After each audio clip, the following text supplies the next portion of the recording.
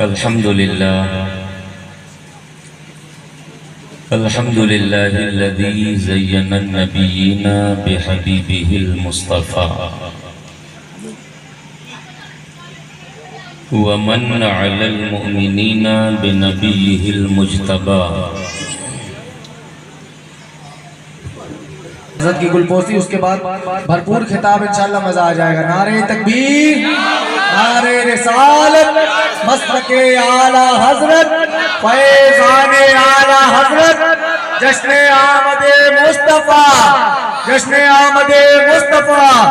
नारे हैदरी, नारे हैदरी।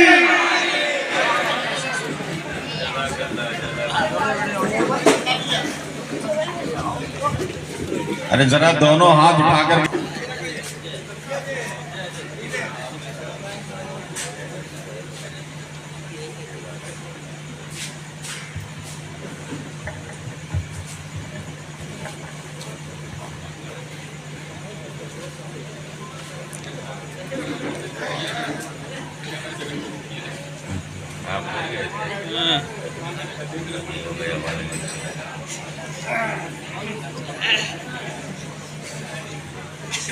अल्हम्दुलिल्लाहिल्लज़ी ज़य्यना नबिय्यिना बिहबीबिहिल मुस्तफ़ा व मन अलल मुअमिनीना बिनबिय्यिहिल मुज्तबा। वस्सलातु वस्सलामु अला सय्यिदिना व मौलाना मुहम्मदिन खैरिल वरा व अला आलिहि व अस्हाबिहिल मुतअद्दिबीना बित्तक़वा। अम्मा बअद, फ़अऊज़ु बिल्लाहि मिनश शैतानिर रजीम। बिस्मिल्लाहिर रहमानिर रहीम। क़ुल बिफ़ज़लिल्लाहि व बिरहमतिहि फ़बिज़ालिका फ़लयफ़रहू हुवा ख़ैरुम मिम्मा यजमऊन। आमन्तु बिल्लाहि सदक़ल्लाहु मौलानल अज़ीम व सदक़ रसूलुहुन नबियुल अमीनुल मकीनुल मतीनुल करीम व नहनु अला ज़ालिका लमिनश शाहिदीन वश्शाकिरीन वल्हम्दुलिल्लाहि रब्बिल आलमीन।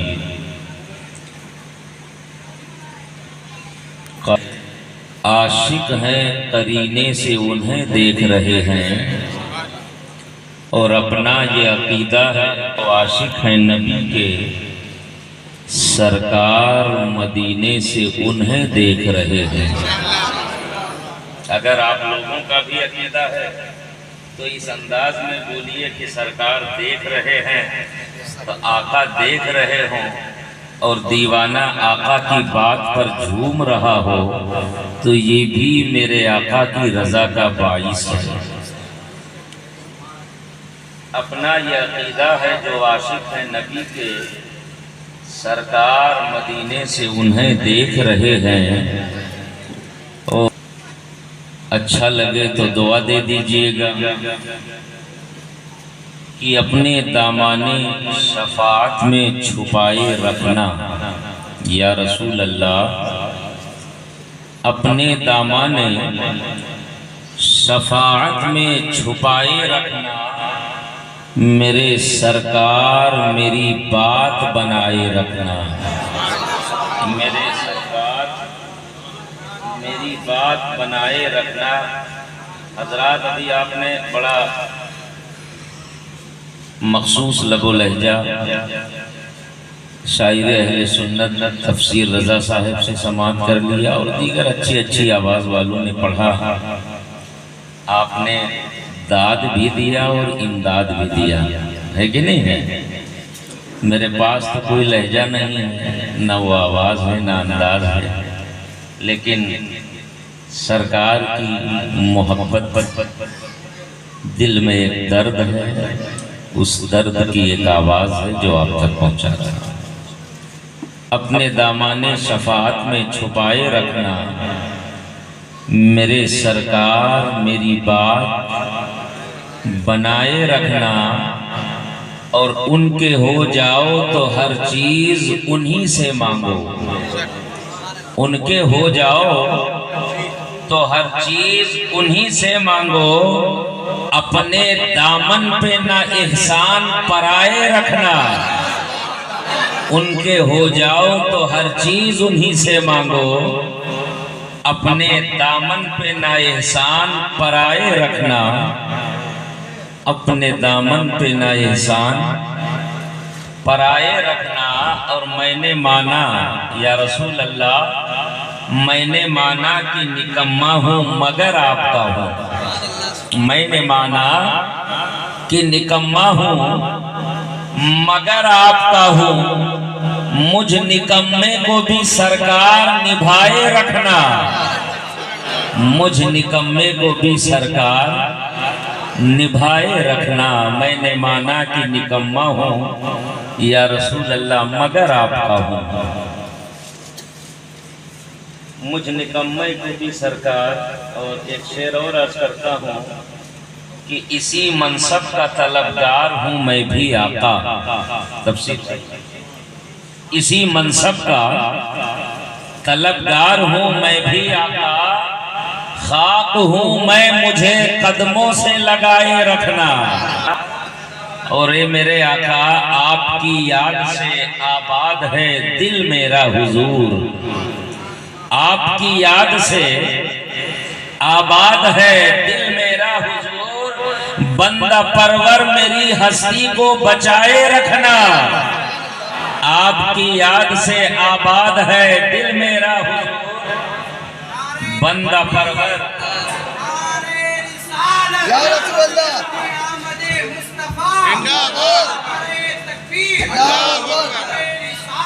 या रसूल अल्लाह। उनके हो जाओ तो हर चीज उन्हीं से मांगो, अपने दामन पे ना एहसान पराए रखना।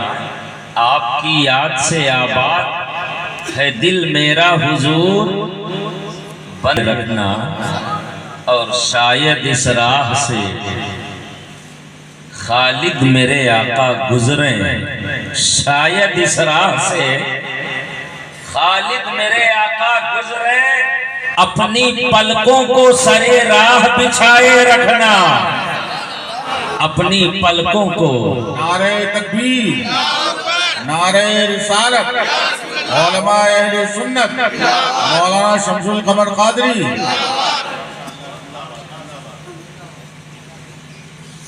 नबी की शान तो जिस अंदाज से भी बयान की जाए अच्छी लगती है। और हम सब के हजरत आला हजरत अजीमुल बरकत मुजद्दिदे दीनो मिल्लत इमाम अहमद रजा खान तो इस अंदाज में फरमाते हैं, सबसे आला व वाला हमारा नबी। सबसे आला व वाला हमारा नबी, अपने मौला का प्यारा हमारा नबी।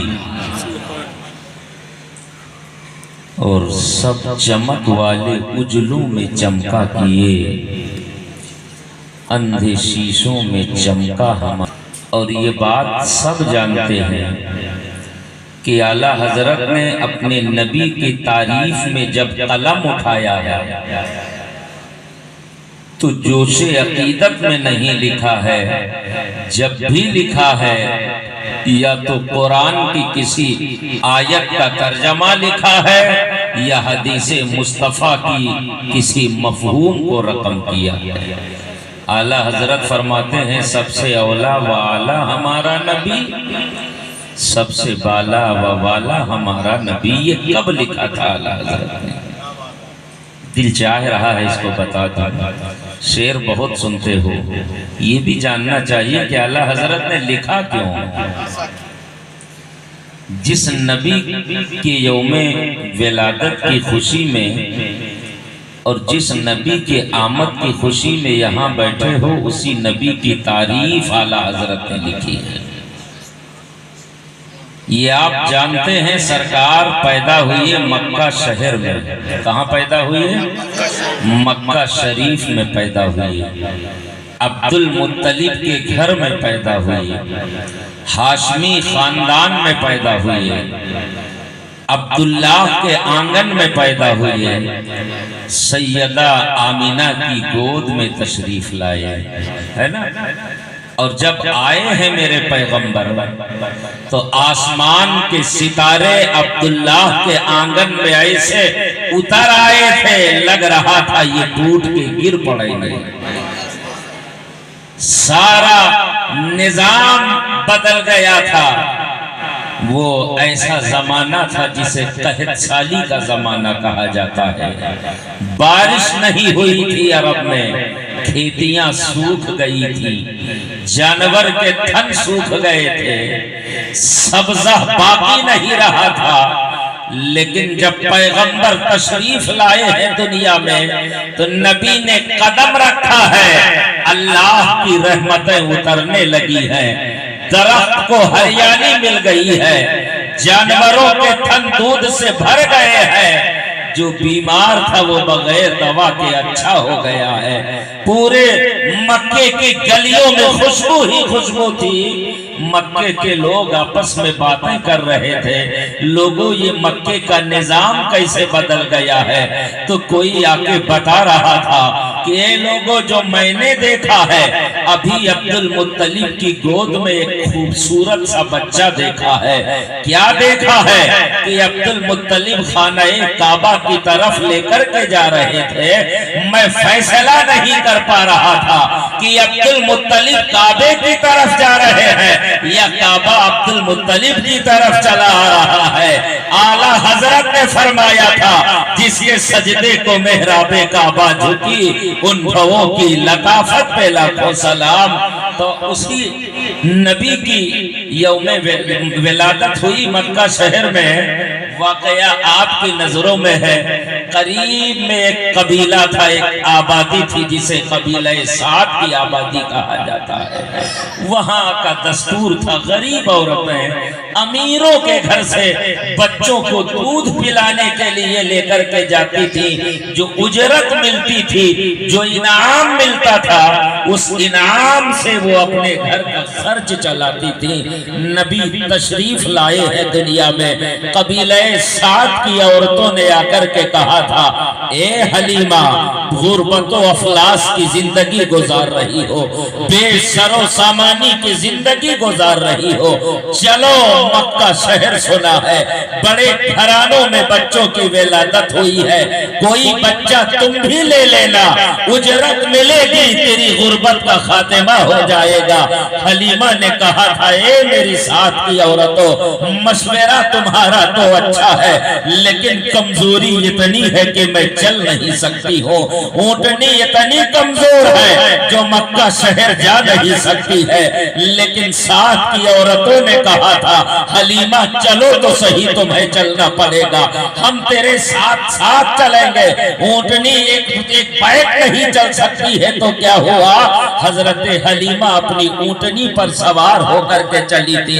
ये वाकया आपकी नजरों में है, लेकिन जो मैं बताना चाहता हूँ, वहां पहुंचाने के लिए इस रास्ते से गुजार रहा हूँ। वही ऊंटनी जो सात सात जगह बैठ जा रही थी मक्का शहर पहुंचने के लिए, जिनकी ऊंटनियां तेज तेज चल रही थी, वो पहले मक्का शहर पहुंच गई। वो कबीले साद की औरतें मालदार और अमीर तरीन घरों में जाकर के उन्होंने बच्चा ले लिया।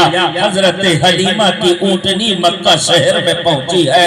हलीमा इस घर से उस घर जा रही है, इस दरवाजे से उस दरवाजे जा रही है, मगर हलीमा को कोई बच्चा नहीं मिला है। साथ में आने वाली एक औरत टकरा गई, कहा हलीमा तुझे कोई बच्चा नहीं मिला, कहा बहन कोई बच्चा नहीं मिला, कहा सुनो ये सरदारे कुरैश अब्दुल मुत्तलिब का दरवाजा दिखाई दे रहा है, मैंने सुना है कि अब्दुल्लाह के घर बेटा पैदा हुआ है। अरे वो इतना हसीनो जमील बेटा है है। जिस घर में गई हो उसके हुस्न की तारीफें सुनी है, जिस घर में गई हो उसके जमालो कमाल की तारीफें सुनी है। हलीमा, अगर मुझे कोई बच्चा ना मिला होता तो मैं जरूर अब्दुल्लाह के बेटे को लेने के लिए जाती। जाओ तुम आमिना का शहजादा ले लो। हजरत हलीमा पहुंची है हजरत आमिना के पास। कहा, आमिना खातून, मैं आपके शहजादे को दूध पिलाने के लिए लेकर के जाना चाहती हूँ। इतना सुना था हजरत आमिना ने आंखें भीग गई थी। कहा था हलीमा ने, खातून आप रोने क्यों लगी है? कहा, रोने की वजह ये है कि जिस मकसद के तहत तुम आई हो वो मकसद तुम्हारा पूरा नहीं होगा। अभी 2 महीने के ये पेट में थे कि इनके बाप का साया सर से उठ गया है। ये यतीमी का दाग लेकर के पैदा हुआ है। इसका बाप दुनिया में नहीं है। तुम्हें बहुत ज्यादा इनामो इकराम नहीं मिल पाएगा। हलीमा ने कहा था, आमिना खातून, ए मखदूम-ए कायनात, मुझे बहुत ज्यादा इनामो इकराम की जरूरत नहीं है। मैंने तो इनकी इतनी तारीफ सुनी है, इनके हुस्न जमाल के इतने कसीदे सुने हैं कि मैं बस चाहती हूँ इनकी खिदमत करके अपनी जिंदगी और अपना नसीबा संवार लूं। मुझे दे दीजिए अपने शहजादे को। हजरत हलीमा ने नबी को लिया और नबी को लेने के बाद जब रुखसत हुई है, नबी को सवार किया है सवारी पर। पैगंबर की शान तो देखो कि आका जब सवारी पर सवार हुए हैं, वो ऊँटनी जो मक्का शहर पहुंचने में 7 जगह बैठ रही थी, वो सबसे आगे आगे दौड़ी चली जा रही है। और जिस गली से गुजरती है वो गली खुशबुओं से मुअत्तर हो जाती है। औरतों ने पूछा था साथ में आने वालों ने, हलीमा, क्या तुमने मक्का में खुशबू खरीद ली है?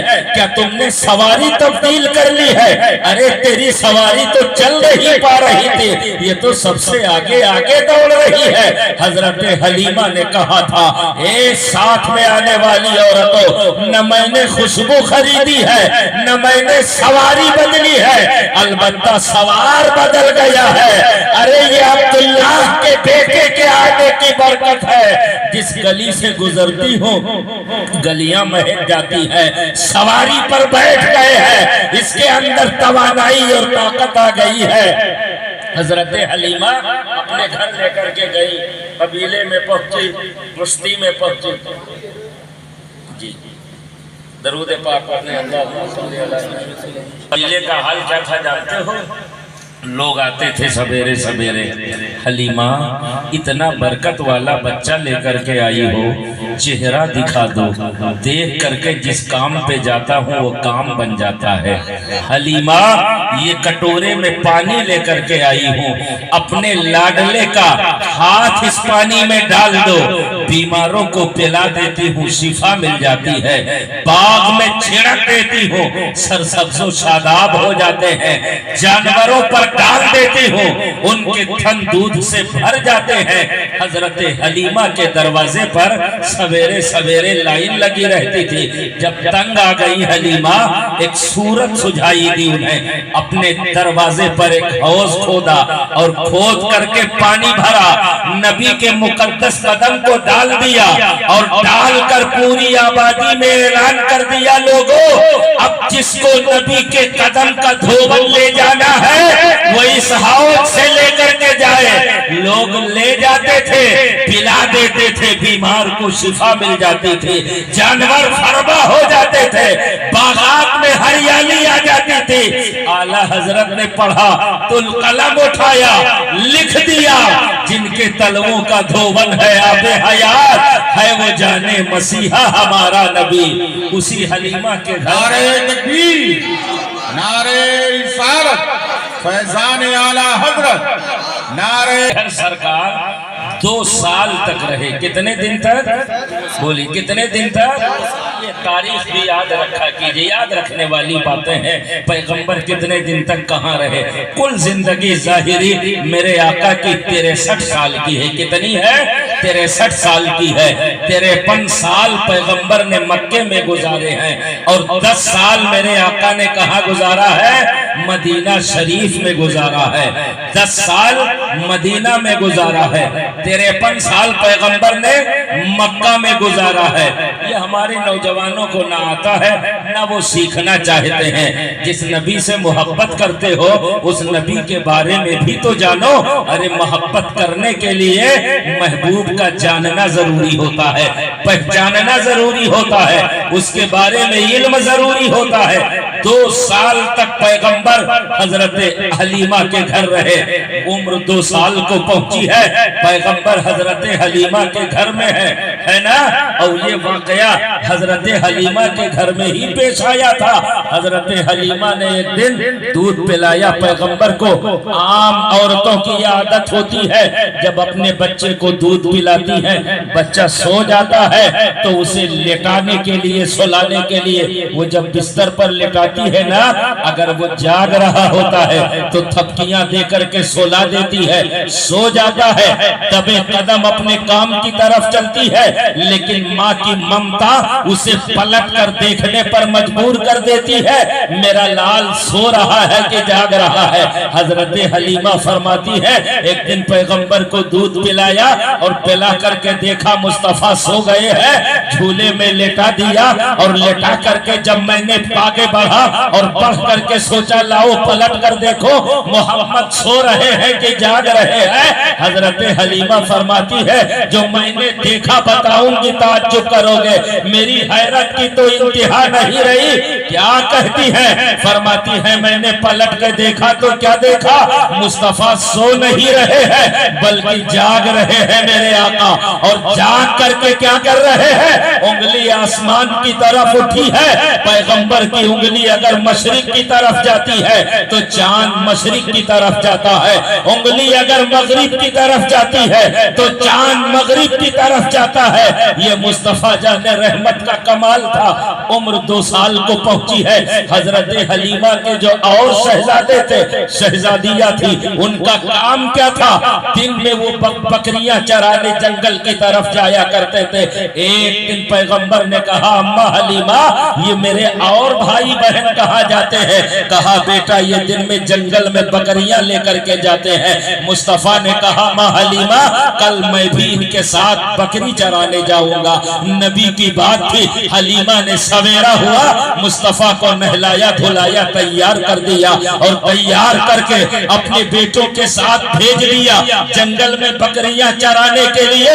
पैगंबर पहुंचे हैं जंगल में, मुस्तफा एक पत्थर पर खड़े हो गए, पैगंबर खड़े हैं, हजरत हलीमा के शहजादे अपनी बकरियों की देखभाल कर रहे हैं, बकरियां चरा रहे हैं, इधर से उधर जा रहे हैं। इतने में क्या देखा कि मुस्तफा जहां खड़े थे 2 सफेद पोश आए और उन्होंने आकर के पैगंबर को उठाया, पहाड़ की एक चट्टान पर लेकर के गए, नबी को लेटाया और पैगंबर का सीना चाक किया। इतना देखा था हजरत हलीमा के शहजादे ने, भागते हुए हजरत हलीमा के पास गए, कहा अम्मा गजब हो गया। कहा बेटा क्या हुआ? कहा भाई मोहम्मद को किसी ने शहीद कर दिया है। इतना सुनना था हजरत हलीमा का। अरे वो तो दूध पिलाने के लिए लेकर के आई थी, आखिर कोई बात हो गई तो आमिना को जवाब क्या दूंगी।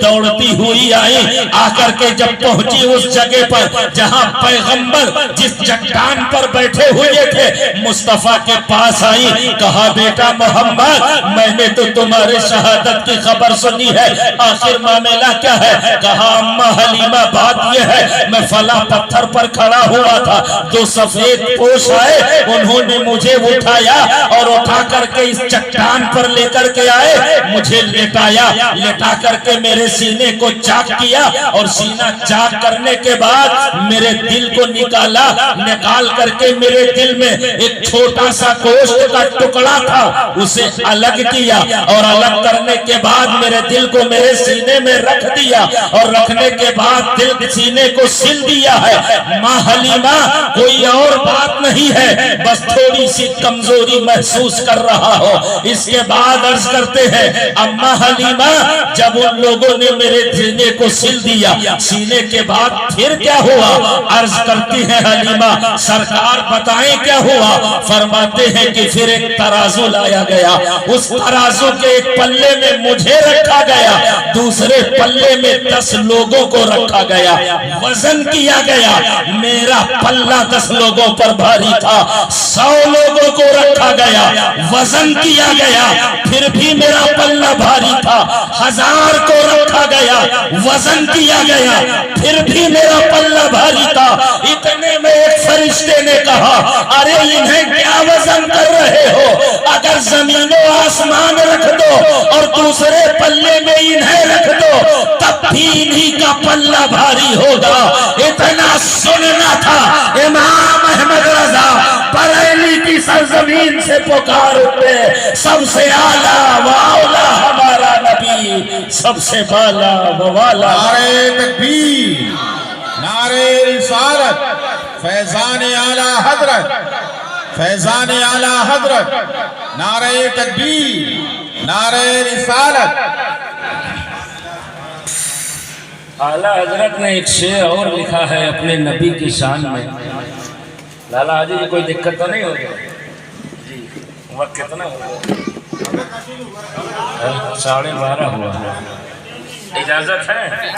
एक शेर और जो आयत पढ़ी है वो शुरू नहीं किया है मैंने, अगर आप सुनना चाहोगे तो शुरू करूंगा। आला हजरत ने क्या कहा है? कौन देता है देने को मुंह चाहिए। अभी आपको शेर अच्छा लगा तो आपने पैसा हाथ से दिया कि मुंह से दिया? आपके दरवाजे पर कोई साइल आए और कहे अकील बाबू भूखा हूँ मुझे खाना खिला दो, अल्लाह तुम्हारी औलादों को सलामत रखे, आप खुश होंगे। खुदा के नाम पर उसे खाना खिलाने के लिए अल्लाह की मोहब्बत आपको मजबूर कर देगी तो खाना काहे से देंगे? मुंह से के हाथ से? कोई नंगा आ जाए कहे गरीब हूँ पहनने के लिए कपड़े नहीं है, काहे से देंगे? हाथ से कि मुंह से? कोई प्यासा आ जाए पानी काहे से पिलाएंगे? हाथ से पिलाएंगे। कोई जरूरतमंद आ जाए मदद काहे से करेंगे? हाथ से करेंगे ना। ये दुनिया का दस्तूर है, पानी हाथ से दिया जाता है, खाना हाथ से दिया जाता है, कपड़ा हाथ से दिया जाता है, जरूरत हाथ से पूरी की जाती है, दौलत हाथ से दी जाती है, सरबत हाथ से दी जाती है, मदद हाथ से की जाती है, खाना हाथ से, पानी हाथ से, कपड़ा हाथ से, दौलतो सरबत साहब हाथ से दिया जाता है। मगर आला हजरत जब अपने नबी की शान सखावत बयान करते हैं तो क्या लिखते हैं? कौन देता है देने को मुंह चाहिए। आलम तसव्वुर में खड़ा हो गया, तुरबते आला हजरत पर कहा आला हजरत अजीमुल बरकत मुजद्दिदे दीनो मिल्लत, दुनिया आपके इल्म का लोहा मांगती है। 56 से ज्यादा उलूम फनून पर आपको महारत ताम्मा हासिल है। अजम तो अजम है, उलमाए अरब ने भी आपके इल्म को तस्लीम किया है। इतने बड़े आलिम होकर आप जब अपने नबी की शान सखावत बयान करते हैं, नबी की शान आता बयान करते हैं तो आप मुंह का तस्करा क्यों करते हैं? अरे दुनिया का दस्तूर आपको पता नहीं है कि कपड़ा हाथ से दिया जाता है, खाना हाथ से दिया जाता है, दौलत हाथ से दी जाती है, सरबत हाथ से दी जाती है, दुनिया हाथ से देती लेती है। आप जब नबी की तारीफ करते हैं तो क्या कहते हैं? कौन देता है देने को मुंह चाहिए। आला हजरत क्या दुनिया का ये उसूल आपको पता नहीं है? इतने बड़े आलिम होकर, वक्त के मुजद्दिद होकर, इतने बड़े इल्म का मलका हासिल करने के बाद ये दुनिया के दस्तूर के खिलाफ आपकी कदम कैसे चली है? तो तुरबत आला हजरत से जवाब मिलता है, दीवाने बात तेरी अपनी जगह सही है। कपड़ा हाथ से दिया जाएगा, पानी हाथ से दिया जाएगा, खाना हाथ से दिया जाएगा, दौलत हाथ से दी जाएगी, शरबत हाथ से दी जाएगी, लेकिन मैं जिस नबी की तारीफ कर रहा हूँ दीवाने, उस नबी की चौखट पर सिर्फ दुनिया के तलबकार नहीं आते हैं। अरे वहां तो दुनिया के तलबकार अगर आते हैं, पानी मांगने वाला आया तो पानी हाथ से दिया जाएगा, खाना मांगने वाला आया तो खाना हाथ से दिया जाएगा, नंगा आया तो कपड़ा हाथ से दिया जाएगा।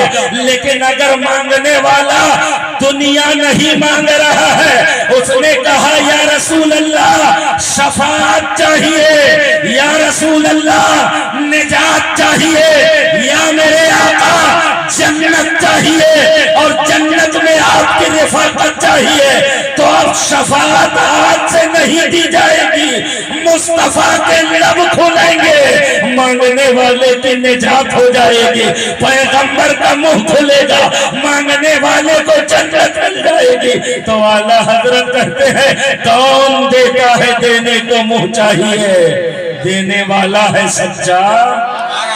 नारे तकबीर। बहुत हैं जी, लेकिन बस दो ही सुनिए, है ना। गर्मी का मौसम है और बरसात में पेट जल्दी खराब होता है, ज्यादा अगर ये लुकमा भी हो जाए तो डायरिया है कि नहीं। इसलिए देखो ऐसा है, मैं तकरीर को दवाई समझता हूँ। क्या? और दवाई जो है थोड़ी सी होती है मगर काम बहुत करती है ना। और दवाई मीठी नहीं होती है, क्या होती है? कड़वी होती है, लेकिन काम बहुत करती है ना।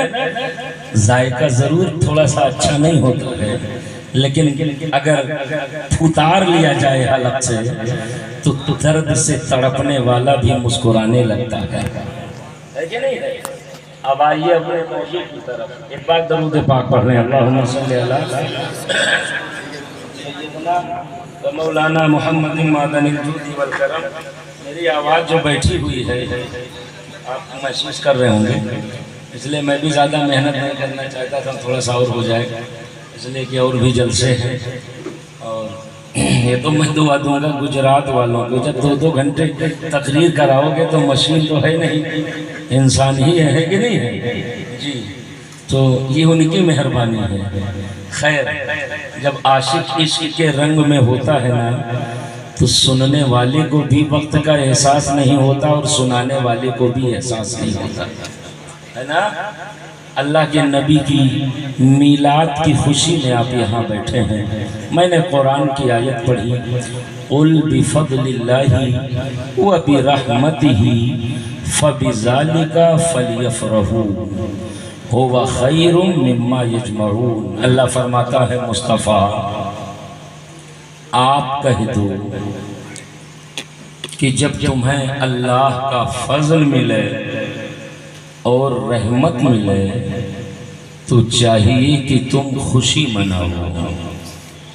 फबिज़ालिका फलियफ़रहू, तो चाहिए कि तुम, ये अल्लाह का कुरान कहता है, हुवा खैरुम मिम्मा यजमऊन, ये खुशी मनाना उससे बेहतर है जिसे तुम जमा करते हो। ये आयत कहती है। बात कहां से शुरू हुई? कुल से। कहां से? कुल का माना है कह दो, मुस्तफा तुम कह दो। ये कौन कह रहा है? अल्लाह कह रहा है, रब कह रहा है। क्या कह रहा है? मुस्तफा तुम कह दो। बात किसकी है?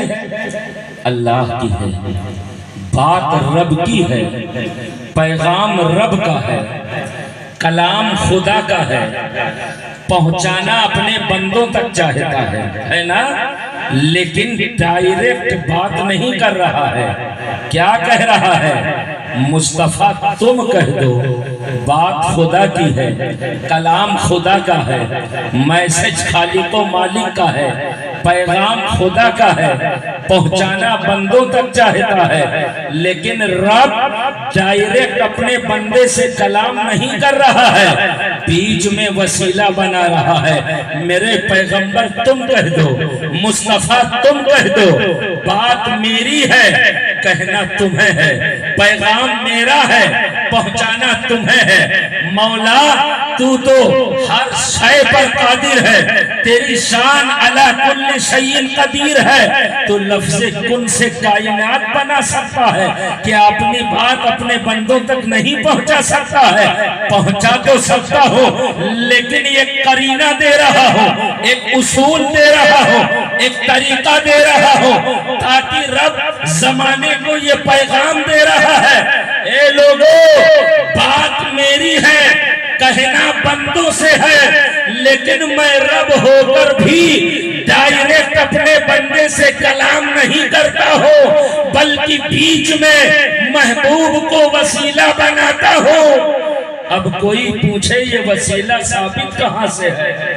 क्या हम दुआ करते हैं या अल्लाह अपने महबूब के वसीले से ये चीज अता कर दे, वो बिगड़ी बना दे, वो किस्मत जगा दे। गरीब नवाज का वसीला, गौसे आजम का वसीला, हसनैन करीमैन का वसीला, मौलाए कायनात का वसीला, सहाबा का वसीला, शुहदा का वसीला। जमाना कहता है मौलाना बेटियां खुदा देता है, बेटा खुदा देता है, दौलत खुदा देता है, सरवत खुदा देता है, फिर ये वसीले की जरूरत क्या है? हम कहते हैं और कोई इल्मी बात आपको याद रहे न रहे, मगर लफ्ज़े कुल तो याद रहेगा ना। कुल के माने है कह दो, कह देना। कुरान में जहां जहां कुल लिखा है वही वही से वसीला साबित हो रहा है। अल्लाह फरमा रहा है मुस्तफा बात मेरी है, कहना बंदों से है, लेकिन वसीला तुझे बना रहा हो, गोया कि वो जहन दे रहा है मेरे बंदो मैं कुदरत वाला होकर भी अपने बंदों से मुस्तफा को छोड़ करके डायरेक्ट बात करना भी पसंद नहीं करता हो। तुम्हारी क्या जुर्रत है कि पैगंबर को छोड़ करके डायरेक्ट हम तक आना चाहते हो? अरे जब रब को अपना पैगाम पहुंचाना होता है तो वो मुस्तफा का वसीला पकड़ता है, और जब वो उम्मती को अपनी बिगड़ी बनानी होती है तो वो पैगंबर की चौखट पर जाता है। अल्लाह फरमाता है मुस्तफा कह दो, नारे तकबीर, क्या कह दो? बिफज़लिल्लाहि व बिरहमतिही। जब अल्लाह का फजल मिले और अल्लाह की रहमत मिले तो चाहिए कि खुशियां मनाओ। क्या करो? खुशियां मनाओ। फजल मिले और रहमत मिले, है ना? तो पहले ये समझा जाए कि फजल क्या है और रहमत क्या है ना? फजल और रहमत क्या है? देखो मेरी आदत है, मैं हमेशा कुछ ऐसी बात करने का आदी हूँ, मैं वो भी जानता हूँ बगैर वजू के जन्नत में दाखिल कर दूँ, है ना? लेकिन ये बहुत हो चुका, अब अमल की जरूरत है ना? तो इल्मी बातें थोड़ा सा दिमाग लगाना पड़ती है, और वही हमारे नौजवान सुनना नहीं चाहते। क्यों? 40 साल से जलसों का जो मेयार बदला वो सिर्फ ये 40 साल पहले जलसों का तरीका ये होता था, वहां अहले इल्म आते थे, मुफ्ती आजम हिंद जैसे तशरीफ लाते थे, सैयदुल उलमा जैसे लोग तशरीफ लाते थे, खतीब मशरिक अल्लामा मुश्ताक निजामी जैसे लोग तशरीफ लाते थे, अल्लामा अरशद जैसे लोग तशरीफ लाते थे। और इन बुजुर्गों का तरीका क्या होता था? जब से जलसा शुरू होता था और जब तक खत्म नहीं होता था ये जलसे में मौजूद रहा करते थे। अपने सामने तकरीर कराते थे तो हर बोलने वाला अहले इल्म के साथ इल्मी बातें करता था, कौम के इस्लाह की बात करता था, दलाइलो बराहीन से मुज़य्यनो मुबरहन बात करता था। वो लफ्ज़ी नहीं करता था, चुटकुले नहीं सुनाता था, हिकायत नहीं सुनाता था, है कि नहीं? वाह वाह और आह आह की आवाजें नहीं निकलवाता था। लेकिन जैसे ही ये बुजुर्ग रुखसत होते गए ना, जलसों का निजाम बदलता गया। अब तो जो यूट्यूब पे ज्यादा छाया हो, हमारा नौजवान उसी को पसंद करता है। जो आसानी से जन्नत में दाखिल करा दे बस उसी को जलसे में बुलाना है। और अब तो मौलाना लोगों की तकरीर सुनना नौजवानों ने बंद ही कर दिया है। जलसों का मेयार तो ये है शकील भाई, जब तक शायर अपने शायराना अंदाज से नबी की नात पढ़ता है, मनक़बत पढ़ता है, जलसे का 50% नौजवान सिर्फ शायरी सुन करके इधर ये माइक छोड़ता है, उधर वो अपनी कुर्सी छोड़ देता है, अपनी जगह छोड़ देता है। समझता है मौलाना की तकरीर तो यूट्यूब से हम सुन लेंगे। यही वजह है जलसा सुनते सुनते दाढ़ियां सफेद हो गई है, उम्र रसीदा हो चुके हैं, बुढ़ापे की मंजिल को पहुंच चुके हैं, लेकिन मस्जिदों को नमाजी नहीं मिल रहे हैं, कुरान की तिलावत करने वाले लोग नहीं मिल रहे हैं। औरतें अपने आप को पर्दे के साथ रहने के लिए तैयार करने के लिए और पर्दे में रहने के लिए तैयार नहीं है।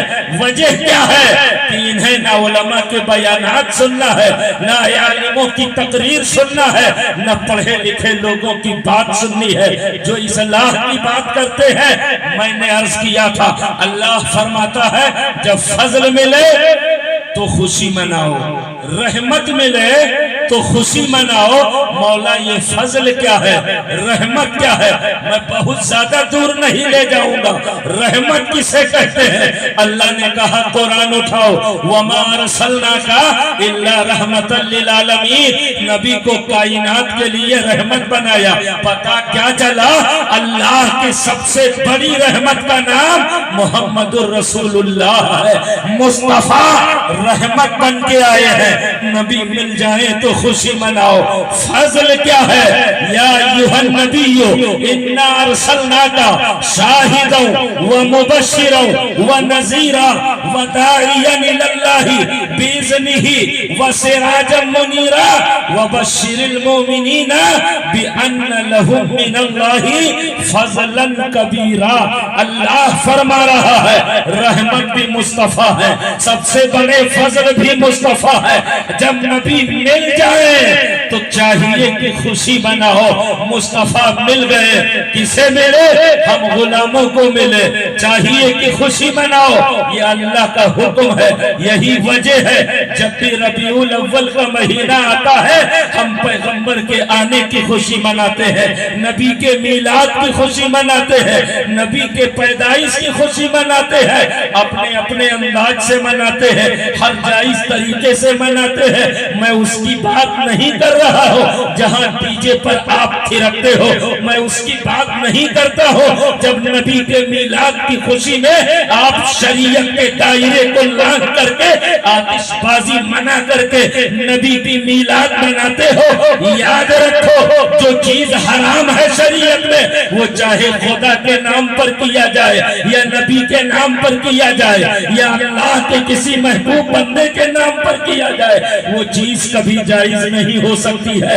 अल्लाह ने हुक्म दिया है फजल मिले तो खुशी मनाओ, रहमत मिले तो खुशी मनाओ। मौला फजल और रहमत क्या है?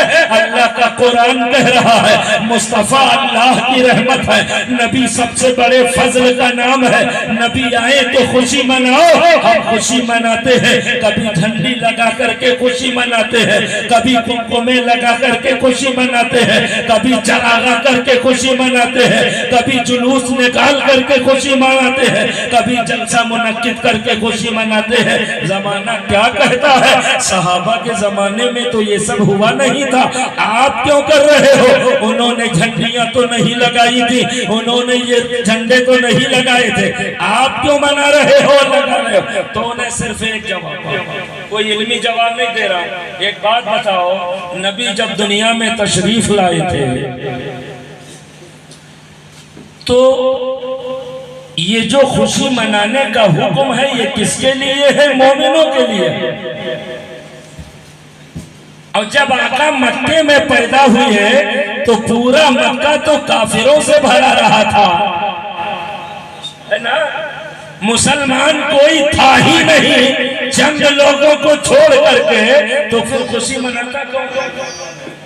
बताइए। और बात झंडी की करते हो, उस जमाने में जब कागज कुरान लिखने के लिए नहीं था, ये उलमा बैठे हैं इनसे पूछो, आयत नाजिल होती थी, पैगंबर सहाबा को सुना देते थे, कातिबे वही हजरत अमीर मुआविया है, कभी पत्थर पर लिखते थे, कभी लकड़ी पर लिखते थे, कभी हड्डी पर लिख लिया करते थे। जब कागज कुरान लिखने के लिए नहीं था तो फिर सहाबा झंडी कहां से लगाते? अरे नबी की आमद की खुशी में जो मयसर था उस जमाने के मुसलमानों ने मनाया था, और जमाना मनाए न मनाए अल्लाह फरमा रहा है, मुस्तफा ये जमीन तेरी आमद की खुशी में बनी है, ये आसमान तेरी आमद की खुशी में बना है, ये चांद और सूरज तेरी आमद की वजह से बना है। अगर तुझे भेजना मंजूर ना होता तो कायनात की किसी चीज को पैदा ही ना करता। ये हदीस आपने सुनी है कि नहीं है? तो जब अल्लाह ने इतनी सारी सजावट कर दी मुस्तफ़ा की आमद की खुशी में, है कि नहीं है? तो फिर ये तो अल्लाह की सुन्नत हुई ना। अच्छा, एक बात और कहा जाता है, बहुत सुन लो, अगर अकल शरीफ में आ जाए तो आज के बाद ऐसा इतराज न करना, गलत हो। दारुल उलूम बरकाते मोहम्मदिया सबको पता है, आप ही के बीच 22 साल से रह रहा हूँ, है कि नहीं है? मेरी खलवत भी जानते हो, जलवत भी जानते हो, बात बगैर दलील की कभी नहीं करता हूँ। कहते हैं जब नबी, ये दिन जो है नबी के विसाल का भी है, ये महीना नबी के विसाल का भी है, और जब सरकार का विसाल हुआ था तो सहाबा रोए थे, खुशी नहीं मनाया था। क्या किया था? रोए थे, और इतना रोए थे कि बास तो रोते रोते बेहोश हो गए थे। तो जो सहाबा का तरीका है उसे करो ना, या आप जुलूस निकाल करके, झंडे लगा करके, खाना खिला करके ये खुशी मनाते हो? सहाबा रोए और आप खुशी मनाए? हमने कहा हाँ, ये नबी के दुनिया से जाने का भी महीना है। बाज रिवायतों के मुताबिक यौमे विसाल भी है मुस्तफा का। सहाबा रोए भी थे, ये भी सही है, लेकिन क्यों रोए थे जानते हो? सरकार जब इस दुनिया में तशरीफ लाए थे, सरकार की जिंदगी के दो पहलू हैं, एक जाहिरी जिंदगी और एक बातिनी जिंदगी, एक जिस्मानी जिंदगी और एक रूहानी जिंदगी, है कि नहीं है? नजरों से गायब तो हो गए हैं, लेकिन मेरे आका जैसे जाहिरी जिंदगी में बाहयात थे, आज भी अपने मज़ारे अनवर में जिंदा है। आला हजरत ने तभी तो लिखा है, तू जिंदा है वल्ला, तू जिंदा है वल्ला, मेरी चश्मे आलम से छुप जाने वाले।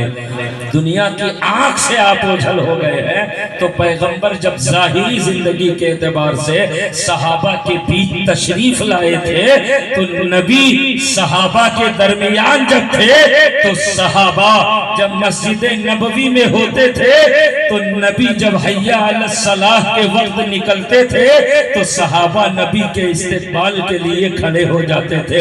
इधर नबी निकलते थे, सहाबा दीदार कर लेते थे। पैगंबर पैगंबर मुसल्ले इमामत पर होते थे, सहाबा नबी के इक्तिदा में नमाज पढ़ते थे। मुस्तफा मदीने की गलियों से गुजरते थे, सहाबा अपने माथे की आंखों से नबी के रूखे रोशन की जियारत करते थे।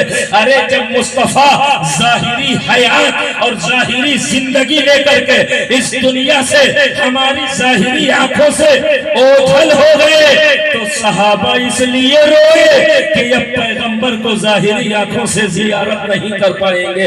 अब मुस्तफा मस्जिद नबवी में हय्या अलल फलाह के वक्त तशरीफ नहीं लाएंगे। अब नबी के इकामत में नमाज पढ़ने का मौका नहीं मिलेगा। सहाबा इसलिए रोए थे कि नबी सहाबा को जिस्मानी तौर पर मिले थे और उनके सामने जिस्म आया था, जिस्म चला गया, तब सहाबा रोए। और हमें तो जिस्म मिला ही नहीं, रूहानियत ही मिली थी और जितना मिला था, जैसे मिले था, आज तक गया ही नहीं है। तो हम क्यों गम मनाए? हमें तो नबी जैसे मिले थे वैसे ही आज तक जिंदा है। तू जिंदा है वल्लाह, तू जिंदा है वल्लाह। मेरी चश्मे आलम से छुप जाने वाले नबी तो जैसे कल जिंदा थे। सहाबा तो इसलिए रोए कि अब गलियां मुअत्तर कैसे होंगी, अब इक्तिदा में नमाज कैसे पढ़ेंगे, अब मुस्तफा की जाहिरी आंखों से जियारत कैसे करेंगे। कोई बात होती थी तो पैगंबर के हुजूर हाजिर होकर तौबा कर लेते थे, नबी माफ कर देते थे, निजात का परवाना मिल जाता था। ये जाहिरी चीजें नजरों से ओझल हो गई है। अरे उन्हें किस्मत